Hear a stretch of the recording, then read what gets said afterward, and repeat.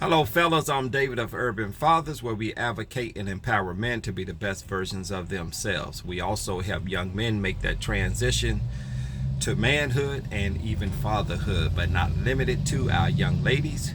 We would like to hear your comments and suggestions that you might have to where you think that we can be the best versions of themselves. Fellas, today I want to do a video, and I'm going to call this video Joy and Pain. And the reason I call it Joy and Pain, because as a man, I know one of the most joyful experiences that a man can experience is actually fatherhood. Um, Whether people know it or not, that men are as attached to their children as much as the mothers are, but men have a tendency to kind of show love in a different way. Because when a man has a child that's born, it's life changing for him.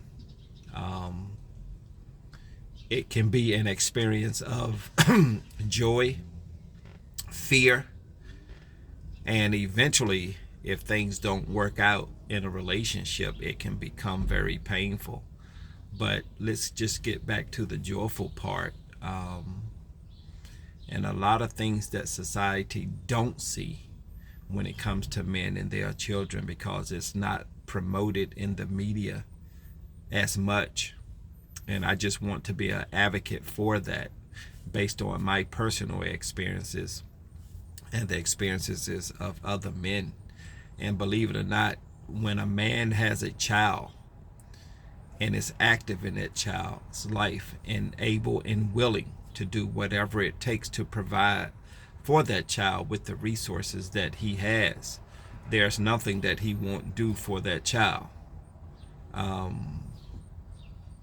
And I say this to you fellas because I definitely understand it can be fearful not being able to provide for that child.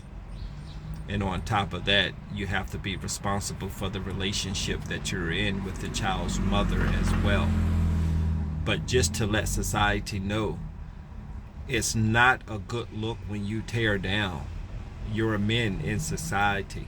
And I understand from an economic and a political perspective to actually tear down man in the eyes of others, because men would be the one to rise against the so-called powers to be. And I think a lot of laws is being put in place to actually hinder men for those who's actually poor. And it's just not fair when it comes to our children. That can be some of the fearful part and the painful part that us men go through and that we actually experience when we're actually having children. But a man having a child is one of the most joyful situations that he actually can go through. And I'm not speaking about deadbeats. I'm actually speaking about men that are active in their children's life and that has been active in their children's life, and that's willing and able to do whatever it is for their children. But you know, there's different levels of it, because as your kids gets older, certain situations may change based on your relationship that you may have either with their mother or even their family. But rest assured, us as men, we love and we want to provide for our children just as much as the other parent do as well. So, and I'm making this video for you fellas because I've experienced it, and I actually can feel your pain when you're actually trying and want to be the best dad that you can, but there's some outside forces that's making it difficult for something that you are willing to do. I don't think any man should have to fight for their children unless the child is being taken away from them without any merits and stuff. But if a man is able and willing and wanting to actually be in that child's life, there should be no institution or no parent that should take that right away from a man because he's poor and he doesn't have enough money or it's not enough money in the eyes of the mother, or a court system that literally tears our families apart. And that's one of the things that I experienced personally. So fellas, I can feel your pain and what you're going through, and I can feel the fear that you have when you're being dragged back and forth through an institution and your livelihood is being threatened. Your livelihood is being threatened. So I say to you custodial parents, which is normally the woman, the only people that you really hurt is your children. Even if the man can't provide adequately economically for the child, he plays a much more vital role than just finances and stuff. And I don't think any man that wants and able to be with his child, that there's nothing that he won't do for his child. I think it has a lot to do with if there's a divorce in place, or if the man is not actually with the child's mother. I think it has a lot to do with control and power and hurt on their part. But I'm begging you women, the only person you're hurting is your children. If your child has a father that's willing and able to take that child, to cultivate that child, to teach that child good things, let it be. You shouldn't run to no court system denying a man a small minute of time to actually raise that child. For example, in a lot of our communities, look at what's going on with our children. And I know in the black communities, there's like a 70% rate or even higher with single moms raising kids. Not saying that the moms can't raise the kids or provide for the kids, but a lot of times it's the authority figure that keeps those children disciplined enough and keep them on the right path. I'm not taking anything away from you women and saying that you can't raise the child, but the natural divine universal order is God, man, woman, and child. And I think a lot of absence of the men in the households for whatever reasons, and I'm not making excuses for these deadbeat dads because I don't know any deadbeat dads. Let's just get that straight. And that's what really pisses me off about the narrative that's in the media and people that has bought into that narrative about a deadbeat dad because you can't control that particular man the way you want him to be. A deadbeat dad is a man that doesn't acknowledge he even have children, and that's not trying to do anything for those children. And frankly, I don't know any of those. And Urbanfathers is an organization that's not geared towards deadbeat dads, or you're only paying $50 or $25 a month towards your child, not knowing how your child is going to eat and not knowing the conditions that they living in. Fellas, we're going to give a shout out to our ladies that has been raising our kids.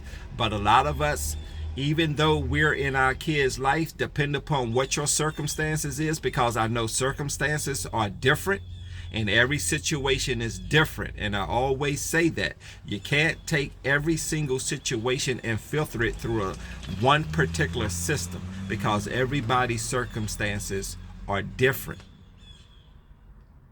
And a lot of times I find out later on, as the kids get older, that's when a lot of the mothers come to realize that, hey, I should have let this man into these children's lives a little bit more. But I found out with a woman It has a lot to do with finances, and it has a lot to do with control. And it's sad that a woman or a person, or even on the flip side, if the man has custody, that they will hold grudges against the opposite parent when it comes to the children. Within standards, that child should have access to both of their parents as equal. But there's a division that's between that. Now, if I have the child this amount of days, or if they have the child this amount of days, now it comes down to I don't have to pay as much. Granted, but I say we should never let money come in between the welfare of our children, because your child loves the mother and they love the father. And I'm not talking about nitpicking about where she did this or he did that. Forget that. That's the problem. The adults. The children didn't ask to come here. Your adults have to figure out how you're going to co-parent, because the child should have access to both parents as much as they want to be. And a lot of times, you ladies, stop running to the court and destroying your family. Some situations doesn't call for you to run to court because you're upset or you're in your emotions. It just doesn't, because the only thing you're going to do is actually ruin the relationship with the father or the mother when it comes to your kids. You might not understand it when the kids are smaller, but I guarantee you will understand it later as the kids get a little bit older. And sometimes, depend upon the degree of how the children was raised, that sometimes as a parent, it would make it more difficult to build that relationship with that child. But normally, if the child is with the mother, most of the time, normally that mother is going to have more influence if that dad or non-custodial parent is only seeing their child every other weekend. Ladies, you're doing your children a disservice by just allowing you in a court system to allow that man to see that child every other weekend. It's strategically and politically done that way, because the authoritative figure and the protector of that child, it's normally their father. But I know there's other cases, and I'm not talking about those cases to where, well, he did this and she did that. We can have roasting and other videos about that later, on a panel and stuff. But I just want to do this video and let the fellas know, I feel your pain, brother. I definitely feel your pain. That's why we have to come together. Not just only the men, the women that understand it and understand that fathers are very important in their children's lives, that the laws has to be changed. And even ladies, it does you a disservice now, because now men don't even want to get married because it's not beneficial for a man to get married. If a man get married, or even if he have children, there's a possibility that can make his life difficult, and he can lose everything that he has, or lose half of everything that he has. So men of a certain caliber, they don't even want to get married. And either men of another certain caliber, they're just going to just use you and maybe put babies in you and disappear. What happened to marry before we carry? Now in this society, we think, or women think, it's cool to even just have the baby and not be married now. So fellas, I'm just doing this video to let you know that I do understand the things that we go through, and there's going to be Q&A, questions and answers, and things that we can do that can help the relationship with our children, or even help the relationship with the mothers that actually want to be helped. Some of them just don't want to be helped. They just want you know, that $500-600 or whatever that they're getting per month just to you know, actually make a car payment, get their nails done, or just do the basic things, which I don't have a problem with that, because if she's the one with the child most of the time, then granted, we have to contribute to the welfare of our children. But for dads that are able to take their children either full time or half the time, that's where I have the problem with and stuff. So I think that the children should spend equal amount of time with their dad. Most of the time it's the non-custodial parent and stuff like that, from that perspective. But like I said, I don't know deadbeat dads. I know guys that hustles on the street, but when you have conversations with them, the first things that they're talking about is their children. I got to do this for my children, I got to do that for my child, or whatever and stuff. So just to make the record straight, I've never met any deadbeat dads. It may not be to someone's standards, but these men are out here doing what they have to do to even provide anything for their children. So until next time, I'm David of Urban Fathers, where quitting is not an option, and fellows possess courage, willpower, and personal strength. Now, if you think this video is helpful or it can help someone else, please share, like, subscribe, hit the notification button. We also can be reached at urbanfathers.org. You can reach us on WhatsApp. You also can reach us on Urban Fathers Facebook. And until next time,